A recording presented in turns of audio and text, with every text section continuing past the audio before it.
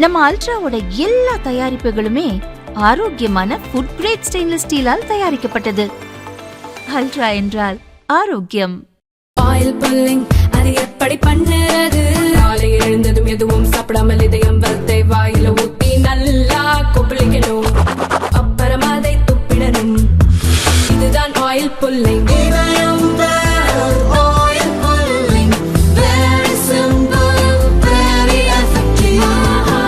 கல்வி, மருத்துவம், உள்கட்டமைப்பில் உலக தரத்துக்கு சவால்.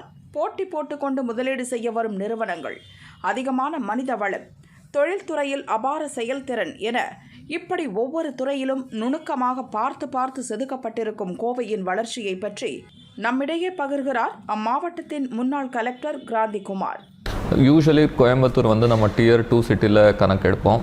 ஆனால் இன்றைக்கி இருக்கிற நிறைய சன்ரைஸ் இண்டஸ்ட்ரீஸ், இன்றைக்கி ஐடி இண்டஸ்ட்ரியாக இருக்கட்டும், GCCன்னு சொல்லுவாங்க, global capability centres, electronics and இப்போ வந்து எலக்ட்ரிக் வெஹிக்கிள்ஸ், டிஃபென்ஸ் இண்டஸ்ட்ரீஸ், இந்த மாதிரி இண்டஸ்ட்ரீஸ் வந்து ஒரு மிகப்பெரிய அளவில் வந்து கோயம்புத்தூரில் க்ரோ ஆகுறாங்க. இந்த மெட்ரிக் வந்து நீங்கள் புதுசாக பில்ட் ஆகிற ஆஃபீஸ் ஸ்பேஸ், அதுக்கான டிமாண்ட், லேண்டுக்கான டிமாண்டு பார்த்தாலே வந்து ஈஸியாக நம்மளால் கணக்கு போட முடியுது. ஸோ இதெல்லாம் கணக்கு போடும்போது கோயம்புத்தூர் இஸ் பாய்ஸ்டு. இப்போது Tier 2லேருந்து Tier 1 சிட்டியாக வந்து கண்டிப்பாக கோயம்புத்தூர் ஹேஸ் பொட்டென்ஷியல். இந்த எப்படி நம்ம பார்க்கணுன்னா, ஒரு ஹைதராபாத் ஒரு பூனே எப்படி ஒரு 10 இயர்ஸ் முன்னாடி 15 இயர்ஸ் முன்னாடி இருந்ததோ அந்த மாதிரி இன்ஃப்ளெக்ஷன் பாயிண்டில் வந்து கோயம்புத்தூர் இருக்குது. ஸோ பிக்கெஸ்ட் அசெட் கோயம்புத்தூருக்கு என்னென்னு பார்த்தா இங்கே இருக்கிற ஹியூமன் ரிசோர்ஸஸ்னால் நம்ம எஜுகேஷ்னல் இன்ஸ்டியூஷன் தமிழ்நாட்டில் வந்து நம்ம மிகப்பெரிய புஷ் வந்து ஹையர் எஜுகேஷனுக்கு கொடுக்குறோம். அதுக்கான எஃபெக்டில் வந்து நியூமரஸ் எஜுகேஷ்னல் இன்ஸ்டியூஷன்ஸ், ஒரு 450க்கு மேலே எஜுகேஷ்னல் இன்ஸ்டியூஷன்ஸ் நம்ம டிஸ்ட்ரிக்டில் இருக்கின்றன. அதில் படிக்கக்கூடிய, ஒவ்வொரு வருஷம் படிக்கக்கூடிய லட்சக்கணக்கான resources, that also from top class institutions வந்து இங்கே வராங்க. இவங்க வந்து படித்து முடிச்சதுக்கப்புறம் where do they prefer to செட்டில்னு சொன்னால் கண்டிப்பாக most of them are preferring Coimbatore. அதுக்கான ரீசன்னா ஒன்று கிளைமேட் நல்லா இருக்குது, இன்ஃப்ராஸ்ட்ரக்சர் இஸ் பெட்டர், அண்ட் யாரும் கேட்டாலும் இப்போ ஒரு லிவபிலிட்டி நம்ம பார்க்கும்போது ஹெல்த் கேர் பார்ப்போம், எஜுகேஷன் பார்ப்போம். ஒரு ஃபேமிலி வந்து ஒரு இடத்துல செட்டில் ஆகணும்னா நமக்கு ஹெல்த் கேர் எப்படி இருக்குது, எஜுகேஷன் எப்படி இருக்குது, இது 2 செக்டர்ஸ்லேயும் கோயம்புத்தூரில் டாப் கிளாஸ் இன்ஸ்டிடியூஷன்ஸ் இருக்கிறதுனால, அது கவர்மெண்ட் சைடில் இருக்கட்டும் அல்லது ப்ரைவேட் சைடில் இருக்கட்டும், we have top notch facilities. அதனால தான் நிறைய கார்ப்பரேட்ஸ் வந்து they hold discussions with us. இங்கே வரதுக்கு நாங்கள் பார்க்குறோம். நாங்கள் கேட்கும்போது வாட் இஸ் த ரீசன்னா இந்த ரீசன் தான் சொல்லுவாங்க. ரிட்டென்ஷன், நம்ம நிறைய ஐடி கம்பெனிஸில் அட்ரிஷன் ரேட் பார்ப்பாங்க, ஜாயின் பண்ணுறவங்க எத்தனை வந்து விட்டுட்டு போகிறாங்க, அது வந்து மினிமமாக இருக்குது கோயம்புத்தூரில். ஸோ ஃப்யூச்சர் வந்து ரொம்ப ரொம்ப பிரைட்டாக இருக்குது in all the sunrise industries.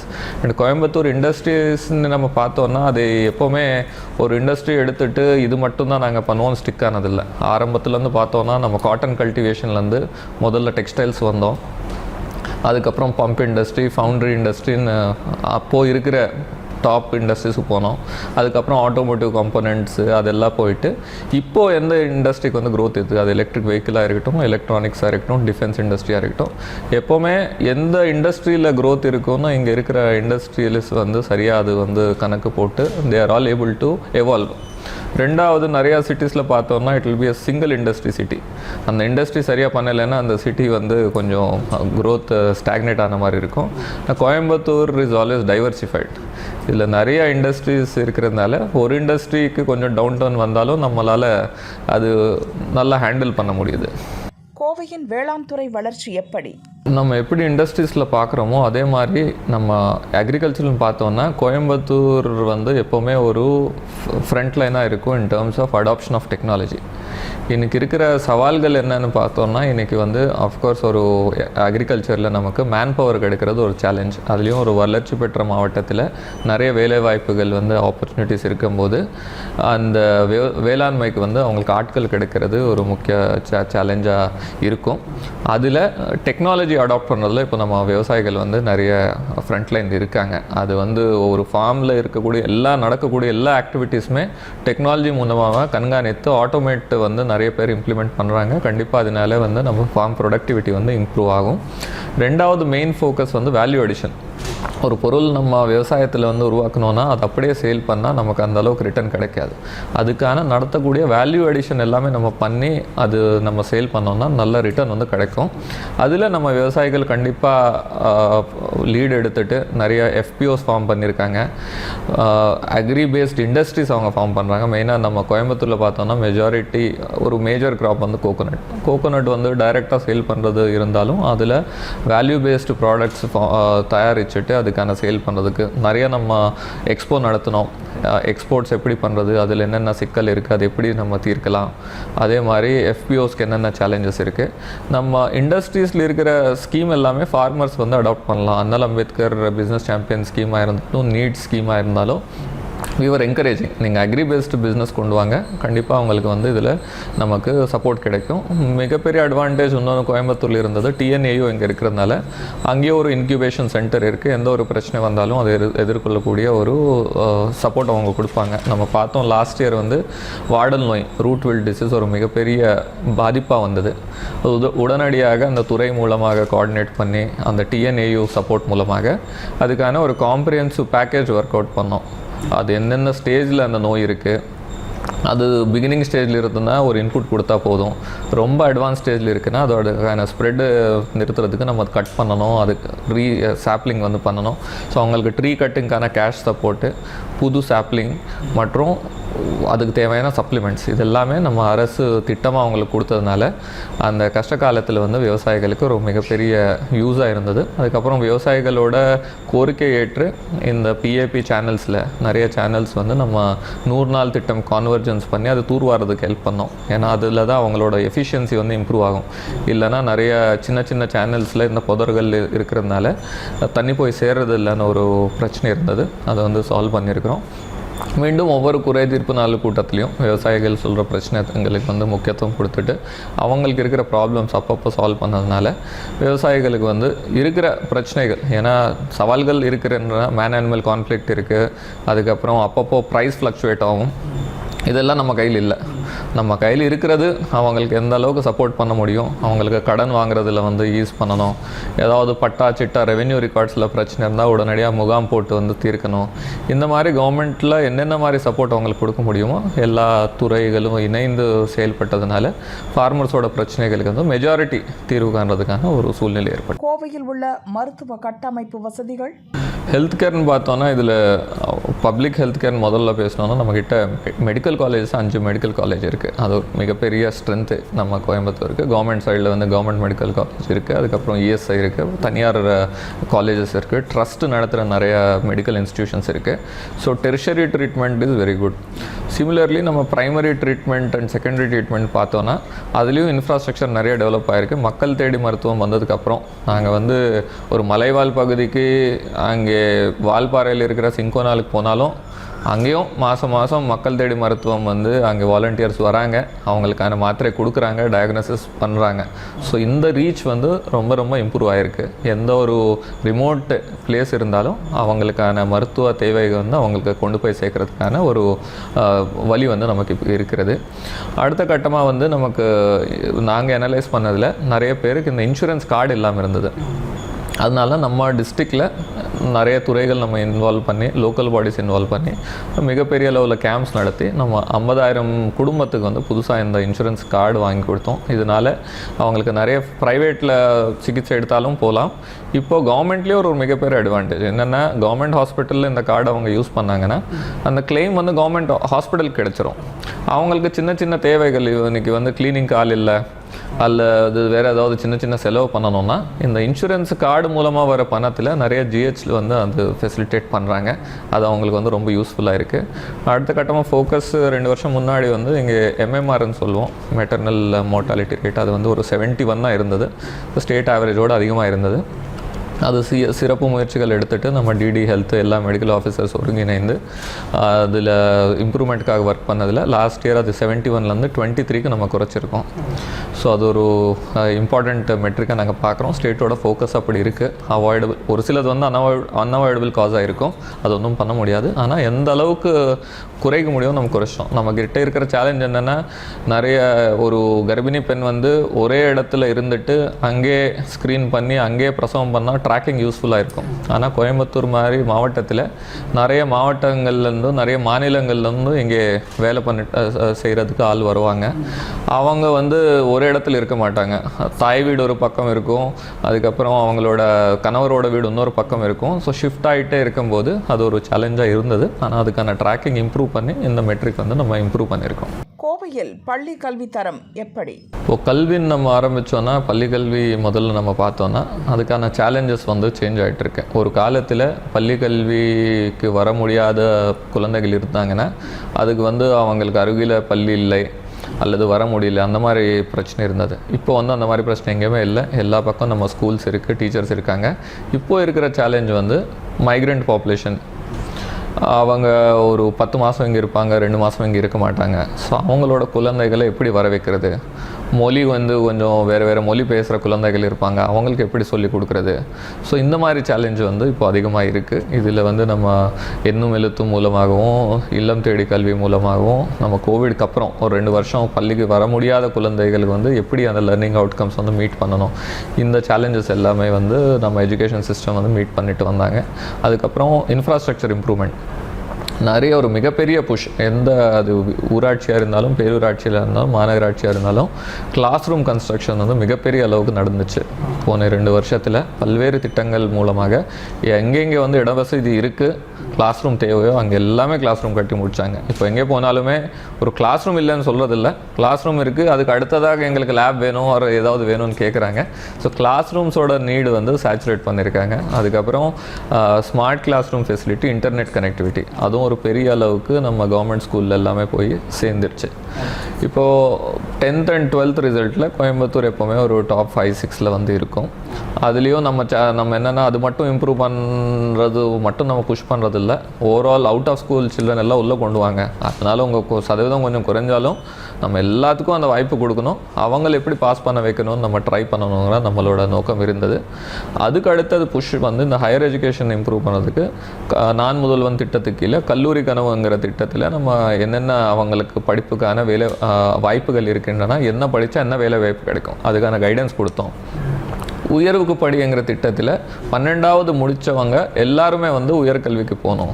ஏதோ ஒன்று ஃபார்மல் எஜுகேஷன் போங்க, இல்லைன்னா ஐடிஐ போங்க, இல்லைன்னா சர்டிஃபிகேட் கோர்ஸ் பண்ணுங்க, அந்த மாதிரி புஷ் பண்ணிவிட்டு இந்த வருஷம் நம்ம போன வருஷம் வரை ஒரு 78-79% இருக்கிற கிராஸ் என்ரோல்மெண்ட் ரேஷியோ போன வருஷம் வந்து ஒரு 95% நம்ம கொண்டு போயிருந்தோம். இதில் எல்லா துறைகளும் இணைந்து, முன்னாடி வந்து எஜுகேஷன் டிபார்ட்மெண்ட் மட்டும்தான், ஒவ்வொரு ஸ்கூல்லையும் ஒரு கரியர் கைடன்ஸ் செல் இருக்கும், அவங்க மூலமாக அவங்க ஃபாலோ பண்ணிட்டு இருந்தாங்க.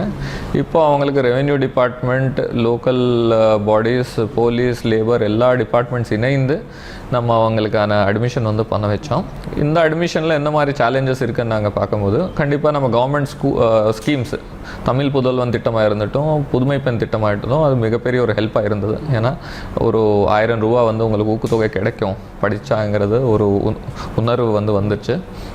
அடுத்த கட்டமாக யாருக்காவது எஜுகேஷன் லோன் வேணும் அந்த மாதிரி சொல்கிறவங்களுக்கு, இதுக்கு முன்னாடி எஜுகேஷன் லோனுக்காக கோஆர்டினேட் பண்ணுறதுக்கு நிறைய ப்ராசஸ் இருக்கும். நிறைய சர்டிஃபிகேட்ஸ் வாங்கணும், போனஃபைட் வாங்கணும், கொட்டேஷன் வாங்கணும், ஃபீஸ் கொட்டேஷன் வாங்கணும், பேங்க் கிட்ட போகணும். இது எல்லா ப்ராசஸ் கொஞ்சம் லாங்காக இருந்தால் அந்த ஸ்டூடெண்ட்ஸ்னால் அது ஃபாலோ பண்ண முடியாத ஒரு சூழ்நிலை இருந்ததுனால நம்ம மாவட்டத்தில் மிகப்பெரிய இந்த எஜுகேஷன் லோன் மேலே நம்ம கல்வி கடன் கொடுக்கறதுக்கான மாபெரும் முகாம்கள் வந்து நம்ம நடத்தினோம். அந்த முகாம்கள் நடத்துனதுனால நம்ம மாநிலத்திலேயே ஒரு அதிகமான ஒரு கல்வி கடன் வந்து நம்மளால் கொடுக்க முடிஞ்சது. ஒரு வருஷம் ஒரு 8000-9000 பேருக்கு வந்து அந்த கல்வி கடன் வந்து நம்மளால் கொடுக்க முடியுது.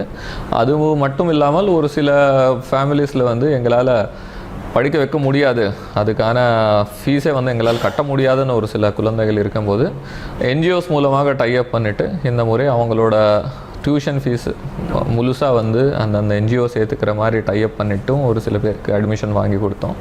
ஸோ இந்த இனிஷியேட்டிவ்ஸ் எல்லாமே அந்த ஹையர் எஜுகேஷன் வந்து இம்ப்ரூவ் பண்ணுறதுக்கு நம்ம பண்ணிகிட்ருந்தோம். அது மட்டும் இந்த நான் முதல்வன் திட்டம் ஹையர் எஜுகேஷன் இன்ஸ்டிடியூஷன்ஸில் அவங்களுக்கான கோர்சஸ் நிறைய நடத்தினாங்க. அந்த கோர்சஸ் நடத்துறது மூலமாக அவங்களோட பிளேஸ்மெண்ட் வந்து ரொம்ப இம்ப்ரூவ் ஆகிடுச்சு. போன வருஷம் ஒரு மிகப்பெரிய அந்த பிளேஸ்மெண்ட் கொடுத்தவங்களுக்கு எல்லாமே நம்ம ஜாப் ஆஃபர் எல்லாம் கொடுத்துருந்தோம். ரொம்ப நல்லா ஃபீட்பேக் இந்த நாள் முதல்வன் திட்டத்தின் மூலமாக அவங்களோட ஸ்கில்ஸ், இப்போ மெயினாக நம்ம கவர்மெண்ட் காலேஜில் ஒரு ஆர்ட்ஸில் கோர்ஸ் பண்ணுறாங்க அல்லது சயின்ஸில் கோர்ஸ் பண்ணுறாங்கன்னா அவங்களுக்கு நாலேஜ் நல்லா இருக்குது. ஆனால் அவங்க எங்கே லேக் பண்ணுறாங்கன்னா கம்யூனிகேஷன் ஸ்கில். அதுக்கப்புறம் இன்டர்வியூ எப்படி ஃபேஸ் பண்ணணுங்கிற ஸ்கில் அவங்ககிட்ட இல்லாதனால ஒரு பிளேஸ்மெண்ட்டில் அவங்களால தைரியமாக வந்து போக முடியல. ஏன்னா கவர்மெண்ட் ஸ்கூலில் படிச்சிருக்காங்க, ஃபேமிலி பேக்ரவுண்ட் இல்லை, நாலேஜ் நல்லா இருக்கும், ஐக்யூ நல்லா இருக்கும், ஆனால் அந்த கம்யூனிகேஷன் ஸ்கில்ல வந்து கொஞ்சம் லேக் பண்ணுவாங்க. இந்த நான் முதல்வன் திட்டம் மூலமாக அவங்களுக்கு அந்த கோர்சஸ் கொடுத்ததுனால அவங்க கான்ஃபிடன்ஸ் வந்து ரொம்ப ரொம்ப இம்ப்ரூவ் ஆகிடுச்சு, ரொம்ப கான்ஃபிடென்ட்டாக இப்போ பேசுகிறாங்க. பிளேஸ்மெண்ட்டில் வந்து தைரியமாக வந்து அவங்க போய் இன்டர்வியூ ஃபேஸ் பண்ணுறாங்க. ஸோ இதனால் ஒரு மிகப்பெரிய மாற்றம் வந்து கவர்மெண்ட் இன்ஸ்டிடியூஷன்ஸில் கண்டிப்பாக பார்ப்போம். தேர்தல் பணியில் எதிர்கொண்ட சவால்கள். நம்ம கோயம்புத்தூர்னு பார்த்தோன்னா நம்ம மாவட்டத்தில் ஒரு 10 சட்டசபை தொகுதிகள் இருக்கின்றன. அதில் பார்லிமெண்ட் எலெக்ஷன் சொல்லும்போது ஒரு தொகுதி வந்து நமக்கு வெளியே போகும், நீலகிரி மாவட்டத்துக்கு போகும். ஒரு 2 தொகுதிகள் வந்து உள்ளே வரும், 3 தொகுதிகள் உள்ளே வரும். நம்ம மடத்துக்குள்ளே உதுமல்பேட், நம்ம பல்லடம் வந்து உள்ளே வந்துட்டு நம்ம 3 பார்லிமெண்ட்டு கான்சர் 2 வந்து முழுசாக இங்கே நடக்கும், 1 வந்து நீலகிரிஸோட பார்ட் இங்கே வரும். ஸோ முதல்ல வந்து ஒரு காம்ப்ளிகேட்டடான ஸ்ட்ரக்சர். நம்ம ஆர்ஓ ஒரு தொகுதிக்கு இருப்போம், டிஓ வந்து ஒரு 3 தொகுதிக்கு வந்து சேர்ந்திருப்போம். இதில் முதல் கட்டமான சவால்கள் வந்து நம்ம அர்பன் ஏரியாஸில் எப்போவுமே ஒரு ஓட்டிங் ரேஷியோ வந்து குறைஞ்சிட்டே இருக்கும். அவங்களுக்கு அந்த அளவுக்கு வந்து நமக்கு ரூரல் ஏரியாவில் எந்த அளவுக்கு சப்போர்ட் கிடைக்குமோ, அது வந்து பிஎல்ஓ சைடில் இருந்துட்டும் ஓட்டர் சைடில் இருக்கட்டும், கொஞ்சம் சப்போர்ட் கிடைக்கிறது கொஞ்சம் கஷ்டமாக இருக்கும். ஓட்டிங் ரேஷியோ வந்து குறைஞ்சிட்டே இருக்கும். இந்த முறை நம்ம முதல் முறையாக வந்து எல்லா சிவிக் சொசைட்டியும் இன்வால்வ் பண்ணோம். நம்ம ஸ்வீப் ஆக்டிவிட்டீஸ் வந்து பேருக்கு மட்டும் நடத்தாமல் இருக்கிற எல்லா resident welfare associations, NGOs, educational institutions எல்லாருமே இன்வால்வ் பண்ணி யங்ஸ்டர்ஸ் வந்து அதிகமாக இன்வால்வ் பண்ணுறதுக்கான முயற்சி வந்து நம்ம பண்ணோம். அதுக்கப்புறம் வந்து எலெக்ஷன் ப்ராசஸ்லேயே நிறைய இப்போ வந்து ஸ்க்ரூட்டினி வந்து ரொம்ப அதிகமாக இருக்கும். ஒவ்வொரு ஸ்டெப்லேயும் வந்து நம்ம என்னென்ன மாதிரி ப்ராசஸ் ஃபாலோ பண்ணணும், எப்படி ஃபாலோ பண்ணணும். ஸோ இந்த எல்லா தொகுதிகளுக்கான இந்த எலெக்ஷன் ப்ராசஸில் நம்ம சரியான டீம்ஸ் ஃபார்ம் பண்ணியிருந்தோம். அவங்களுக்கான சரியான பயிற்சி வந்து நம்ம கொடுத்துருந்தோம். மல்டிபிள் லெவல்ஸ் ஆஃப் ட்ரைனிங் கொடுத்துருந்தோம். ட்ரைனிங் வீடியோஸ் வந்து நம்ம இன்டர்னலாக டெவலப் பண்ணிவிட்டு எல்லாருக்கும் பயிற்சி கொடுத்தோம். இந்த முறை இந்த போஸ்டல் பேலட் ப்ராசஸ் வந்து ரொம்ப காம்ப்ளிகேட்டடாக இருந்தது. இதுக்கு முன்னாடி எல்லாம் அது தபால் அனுப்பிச்சிட்டு இருந்தாங்க. இந்த முறை முதல் முறையாக எலெக்ஷன் கமிஷனில் தபாலில் எதுவுமே அனுப்பக்கூடாது. எங்கேருந்து வந்து ஒரு ஆஃபீஸர் தான் எடுத்துகிட்டு போகணும், இங்கே வரதும் ஒரு ஆஃபீஸர் வந்து எடுத்துகிட்டு வரணும். ஸோ இந்த மாதிரி புது சேஞ்சஸ். அதுக்கப்புறம் கோவிட்க்கு அப்புறம் முதல் முறையாக இப்போ 100% சீனியர் சிட்டிசன்ஸ்க்கும் மாற்றுத்திறனாளிகளுக்கும் வீடு வீடாக போயிட்டு நம்ம வாக்கு வந்து சேகரிக்கணும். அதுக்கு ஒரு டீம் தனியாக போடணும், அதுக்கான பார்வையாளர்கள் தனியாக போடணும். இந்த மாதிரி லாஜிஸ்டிக்ஸ் சேலஞ்ச் வந்து இருந்தது. ஆனால் நம்ம எல்லா எலெக்ஷன் ப்ராசஸ் சொல்லும் போதே எல்லா அரசு துறைகள்னு நம்ம ஒருங்கிணைந்து எல்லாருமே நம்ம எலெக்ஷன் வேலை பார்ப்பாங்க. நல்ல ஒத்துழைப்பு வந்து எல்லாரும் கொடுத்தாங்க.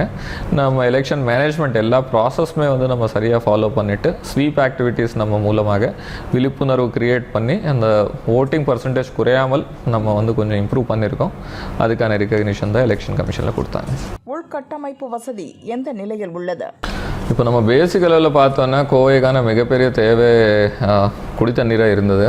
அதில் ஒரு பில்லூர் 3 ப்ராஜெக்டில் நிறையா லேண்ட் அக்விசிஷன் சிக்கல், இம்ப்ளிமெண்டேஷன் சேலஞ்சஸ் எல்லாமே இருந்தது.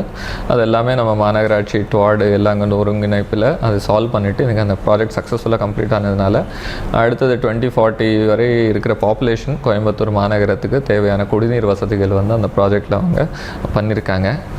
நம்ம அதுக்கு அடுத்தது பேசினோன்னா மேஜர் ரொம்ப நாள் கோரிக்கையை நீங்கள் கேட்குறது ஒன்று ஏர்போர்ட்டு, இன்னொன்று மாஸ்டர் பிளான்.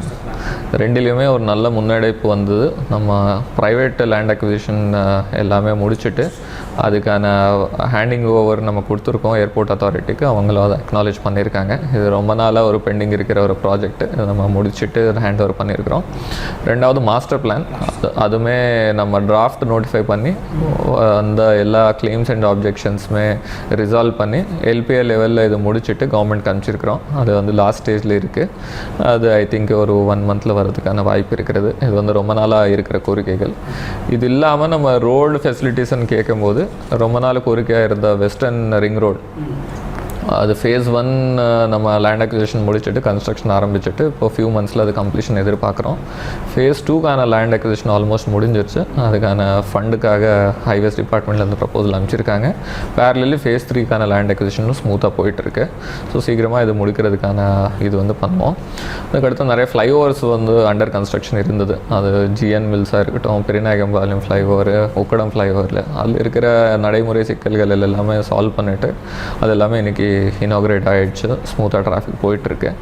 அடுத்த கட்டமாக இந்த அவினாஷி ஃப்ளைஓவர் ஒரு மிகப்பெரிய ஐகானிக் ப்ராஜெக்ட்டு. அதுலேயும் லேண்ட் அக்விசிஷன் 100% நம்ம முடிச்சிட்டோம். இம்ப்ளிமெண்டேஷன்லேயும் ஆல்மோஸ்ட் அது க்ளோசிங்க்கு வருது. ஒரு கப்புள் ஆஃப் இயர்ஸ் நம்ம முடித்தாங்கன்னா அது வந்து இனாக்ரேஷன் பண்ணலாம். அது இப்போது ரீசெண்டாக மாண்புமிகு முதலமைச்சர் வரும்போது அந்த பாலம் நீலாம்பூர் வரை எக்ஸ்டெண்ட் பண்ணுறதுக்கான அறிவிப்பு கொடுத்துருக்காங்க. அதுக்கப்புறம் அதே இடத்துல இப்போது மெட்ரோ டபுள் கேக்கராக வரப்போகுது. ஸோ அதெல்லாம் ஒரு மிகப்பெரிய அசெட்டாக இருக்கும். நம்ம சிட்டியோட வளர்ச்சிக்கு வந்து ரொம்ப ரொம்ப ரொம்ப யூஸ்ஃபுல்லாக இருக்கும். அடுத்தது இந்த மெட்ரோ ரயில் ப்ராஜெக்ட் பொறுத்த வரைக்கும் இது 2023 பட்ஜெட்டில் அறிவிக்கப்பட்டு அதுக்கான டிபிஆர் ஒரு ரொம்ப ஷார்ட் டைமில் டிபிஆர் ரெடி பண்ணியிருக்காங்க சிஎம்ஆர்எல் மூலமாக. இப்போது அது வந்து சென்ட்ரல் கவர்மெண்ட்டுக்கு வந்து அவங்க அப்ரூவலுக்கு அனுப்பிச்சிருக்காங்க. ஆனால் சென்ட்ரல் கவர்மெண்ட் அப்ரூவல் ப்ராசஸில் இருக்கும்போது நம்ம டைம் வேஸ்ட் பண்ண வேண்டாம். எப்படியும் நம்ம லேண்ட் அக்விசிஷன், யூட்டிலிட்டி ஷிஃப்டிங் நம்ம தான் பண்ணணும். அதுக்கே ஒரு வருஷம் 1.5 வருஷம் ஆகிடும். ஸோ அதனால் அந்த வேலை உடனடியாக ஆரம்பிக்கணுங்கிற நோக்கத்தில் இப்போது சிஎம்ஆர்எல் இங்கே வந்து ஒரு மீட்டிங் நடத்தினாங்க. நாங்கள் இன்புட்ஸ் கொடுத்தோம். அந்த இன்புட்ஸ் பேஸில் அவங்க ஒரு சர்வே டீம் இங்கே சேங்ஷன் பண்ணியிருக்காங்க. லேண்ட் அக்விசிஷன் முதல் கட்டமாக இப்போது நமக்கு சக்தி ரோடில் வந்து கொஞ்சம் லேண்ட் அக்விசிஷன் தேவைப்பட்டால் இப்போ ரோடு எக்ஸ்பேன்ஷனுக்கு யூஸ்ஃபுல்லாக இருக்கும். ரோடு போடுறதுக்கு நேஷ்னல் ஹைவேஸ்க்கு ஒரு தொகை சேங்ஷன் ஆகிடுச்சு 54 crores. அது யூஸ் பண்ணணும்னா எப்படியும் நம்ம அக்வயர் பண்ணுவோம்னா மெட்ரோக்கு தேவையான லேண்டும் சேர்த்து அக்வயர் பண்ணாலும் ரொம்ப யூஸ்ஃபுல்லாக இருக்கும்னு சொல்லிட்டு நம்ம ப்ரப்போஸ் பண்ணி அந்த போர்டு வந்து அதை அக்செப்ட் பண்ணியிருக்காங்க. ஸோ அந்த வேலை வந்து ஸ்டார்ட் ஆக போகுது. அந்த மெட்ரோ ரயில் வந்து நம்ம சிட்டியோட அடுத்த கட்ட க்ரோத்துக்கு வந்து ரொம்ப ரொம்ப யூஸ்ஃபுல்லாக இருக்கும். கோவை வளர்ச்சிக்கு என்ஜிஓக்களின் பங்கு என்ன? நம்ம என்ஜிஓஸ்னா நான் முதல் ரோல் நான் அவங்க சொல்லணும்னா அவங்க தான் ஒரு இன்ஸ்டிடியூஷனல் மெமரின்னு நான் சொல்லணும். ஏன்னா ஒரு அட்மினிஸ்ட்ரேட்டர் புதுசாக வராருன்னா அவருக்கு இந்த ஊர் பற்றி ஒன்றுமே தெரியாது. நான் இங்கே வரும்போது இங்கே ஊர் பற்றி எனக்கு ஒன்றுமே தெரியாது. ஊருக்கு என்ன தேவை என்ன தேவையில்லைன்னு சொல்லிட்டு நானாக கண்டறிஞ்சு போனால் அதுலேயே ஒரு 2 வருஷம் முடிஞ்சிடும். அப்போது இந்த ஊரில் இருந்து இங்கே இருக்கிற ஸ்டேக் ஹோல்டர்ஸ் அவங்க கொடுக்குற இன்புட்ஸ் வந்து ரொம்ப ரொம்ப யூஸ்ஃபுல். அது ஒரு ப்ராஜெக்டோட முக்கியத்துவம் என்ன, எப்படி இம்ப்ளிமெண்ட் பண்ணலான்னு ஒவ்வொரு துறையிலையும் நமக்கு என்ஜிஓஸ் வந்து அந்தந்த துறையில் நல்லா செயல்படக்கூடிய என்ஜிஓஸ் இருக்கிறதுனால அவங்க வந்து இப்போ வரை என்ன நடந்துச்சுன்னு அவங்க நல்லா டாக்குமெண்ட் பண்ணி வச்சுருக்காங்க. அடுத்த கட்டமாக என்ன தேவைன்னு அவங்க டாக்குமெண்ட் பண்ணி வச்சுருக்காங்க. அவங்களுக்கு வந்து எக்ஸ்பர்டீஸ் அந்தந்த ஃபீல்டில் இருக்குது. ஸோ முதல் கான்ட்ரிபியூஷன் வந்து அவங்க ஐடியாஸ் மூலமாகவும் இன்ஸ்டிடியூஷனல் மெமரி மூலமாகவும் என்ன தேவை எப்படி பண்ணலாங்கிற ஒரு இன்புட் கொடுக்குறதுல மிகப்பெரிய அவங்களோட கான்ட்ரிபியூஷன் இருக்கிறது. ரெண்டாவது வந்து அவங்களாக எடுக்கக்கூடிய ப்ராஜெக்ட்ஸ். நம்ம டிஸ்ட்ரிக்டோட மெயின் அசெட் என்னன்னு சொல்லணும்னா எந்த ஃபீல்டு எடுத்தாலுமே அது இண்டஸ்ட்ரீஸாக இருக்கட்டும், இன்ஃப்ராஸ்ட்ரக்சராக இருக்கட்டும், school, health, greenery, water bodies, ஒவ்வொரு செக்டர்லேயும் இன்ட்ரெஸ்ட் எடுத்துகிட்டு ரொம்ப பேஷனேட்டாக ஒர்க் பண்ணக்கூடிய என்ஜிஓஸ் வந்து இங்கே இருக்காங்க. ஸோ கண்டிப்பாக அவங்க ப்ராஜெக்ட்ஸ் அவங்களும் சூஸ் பண்ணுவாங்க. நம்ம ஏதாவது ப்ராஜெக்ட்ஸ் செலக்ட் பண்ணாலும் ரொம்ப என்தூசியாஸ்டிக்காக அது வந்து டேக் ஓவர் பண்ணுவாங்க.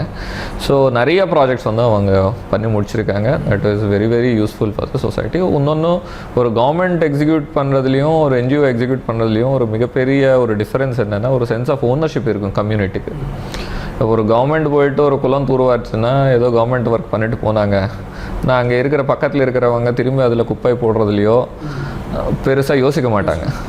ஆனால் ஒரு என்ஜிஓக்கு அந்த ப்ராஜெக்ட் கொடுத்தோன்னா அந்த என்ஜிஓ வந்து அவங்களாம் போக மாட்டாங்க. அங்கே இருக்கிறவங்களெல்லாம் வர சொல்லுவாங்க. ஒவ்வொரு சண்டே வந்து காலையில் குழந்தைகளோடு வாங்க, நீங்கள் வந்து ஒரு 2 மணி நேரம் வேலை செய்யுங்கன்னுவாங்க. அப்படி தூர்வாரின குளத்தில் திரும்பி போய் குப்பை போடணுன்னா அவங்களுக்கு மனசு வராது. அதே மாதிரி ஒரு ஸ்கூல் கவர்மெண்ட் ப்ராஜெக்ட்னா சரி ஏதோ ஒன்று பண்ணிட்டு போனாங்கன்னு சொல்லிட்டு விட்டுருவாங்க. இல்லை ஒரு சிஎஸ்ஆர் வரும்போது அவங்க பேரண்ட்ஸ் இன்வால்வ் பண்ணுவாங்க, டீச்சர்ஸ் இன்வால்வ் பண்ணுவாங்க.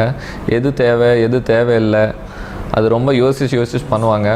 திரும்பி அடுத்த 6 மாதம் கழித்து போயிட்டு கேட்பாங்க, நாங்கள் இது கொடுத்தோம் அது எங்கே போச்சுன்னு. ஸோ அந்த இன்வால்வ்மெண்ட் வந்து நமக்கு ஒவ்வொரு செக்டர்லேயும் தேவை.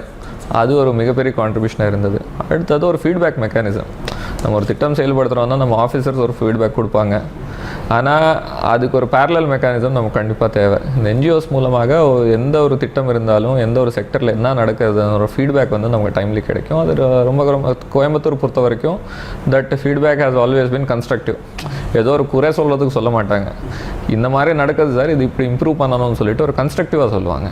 ஸோ அந்த ஃபீட்பேக் வந்து ரொம்ப ரொம்ப யூஸ்ஃபுல்லான ஒரு ஃபீட்பேக். பணியின் போது அரசியல் அழுத்தங்கள் இருந்ததா? சொல்கிறது வந்து எந்த அரசியல், அது எந்த பார்ட்டி இருந்தாலும் அவங்க வந்து ஒரு மக்கள் ரிப்ரசென்ட் பண்ணுவாங்க. ஸோ எப்படி நான் அரசு துறையில் வந்து நமக்கு ஒரு ஃபீட்பேக் வரும், ஒரு கோரிக்கை வரும், டைரெக்டாக மக்கள்கிட்ட ஒரு சில கோரிக்கை வரும், என்ஜிஓஸ் மூலமாக ஒரு கோரிக்கை வரும். அதே மாதிரி அரசியல் தலைவர்கள் வந்து அவங்க மக்கள் சந்திக்கும் போது அவங்களுக்கும் மக்கள் கேட்பாங்க, இது தேவை, இது தேவையில்லைன்னு. அதுக்கு நம்ம என்ன திட்டம் இருக்குது, ரூல் படி என்ன செய்ய முடியும், என்ன செய்ய முடியாதுன்னு நம்ம எக்ஸ்பிளைன் பண்ணும்போது எந்த அரசியல் பார்ட்டி இருந்தாலும் அவங்க ரொம்ப நல்ல ஒத்துழைப்பு கொடுத்தாங்க. நமக்கு மக்களுக்கு ஒரு பிரச்சனை இருந்தால் இதுதான் செய்ய முடியும் நம்ம அவங்களுக்கு சொல்லும் போது அவங்களுக்கு மக்கள் போயிட்டு அது சொல்லியிருக்காங்க. ஸோ இந்த எல்லா அரசியல் கட்சி வந்து ஒரு மிகப்பெரிய ரோல் ப்ளே பண்ணும். ஒரு மக்கள் வந்து அவங்க லீடு பண்ணணும், அவங்களுக்கு வந்து எது நல்லது, எது பண்ண முடியும், எது பண்ண முடியாதுன்னு எடுத்து சொல்லணும். இங்கே இருக்கிற அனைத்து அரசியல் கட்சியும் என்னுடைய எக்ஸ்பீரியன்ஸில் ரொம்ப ரொம்ப ஒரு ஜென்யூனான ரீசனுக்கு தான் வந்தாங்க. எப்போ வந்தாலுமே மக்கள் பிரச்சனைக்கு தான் வந்தாங்க. யாருமே வந்து அவங்களோட சொந்த வேலைக்கு வரல. மக்கள் பிரச்சனைக்கு வரும்போது அந்த இஷ்யூ டிஸ்கஸ் பண்ணும்போது ரொம்ப ஓப்பனாக டிஸ்கஸ் பண்ணாங்க யார் இருந்தாலும். அதுக்கப்புறம் நம்ம எடுத்து சொல்லும் போது இது இப்படி பண்ண முடியும் சார், இது பண்ண முடியாது, இது டிஸ்ட்ரிக்டில் பண்ண முடியும், இது ஸ்டேட்டில் பண்ண முடியும்னு சொல்லப்போ எல்லாருமே ஒரு சொல்யூஷன் ஓரியன்டாக இருந்தாங்க. அதனால தான் நிறைய ப்ராஜெக்ட்ஸ், எந்த ப்ராஜெக்ட்லேயும் ஒரு அந்த மாதிரி சிக்கல் வந்து எங்கேயுமே நம்ம பார்க்கல. கோவையை பற்றிய தனிப்பட்ட கருத்து? கோயம்புத்தூர் வந்து எனக்கு எப்போவுமே it will be close to my heart. ஏன்னா இந்த 2 வருஷம் மட்டும் இல்லை, இதுக்கு முன்னாடி இருக்கிற 7-8 வருஷம் நான் வேலை செஞ்ச எல்லா டிஸ்ட்ரிக்ஸுமே வந்து ஒரு கோவையிலேருந்து ஒரு 2 மணி நேரம் அந்த மாதிரி டிஸ்டன்ஸில் தான் இருந்தது. ஸோ எப்போவுமே ஒரு கோவையோட கல்ச்சர் வந்து கொஞ்சம் ரொம்ப ஃபெமிலியராக இருந்தது. அதுக்கப்புறம் கோயம்புத்தூரில் அட்மினிஸ்ட்ரேஷன் வந்து ஒரு ஒன் வே ஸ்ட்ரீட் மாதிரி இல்லாமல் எனக்கு தெரியுது, நான் தான் பண்ணுவேன், நீங்கள் இதுதான் அரசு திட்டம்னு சொல்லலாம்னா எப்போவுமே ஒரு 2 வே லேர்னிங்காக இருந்தது.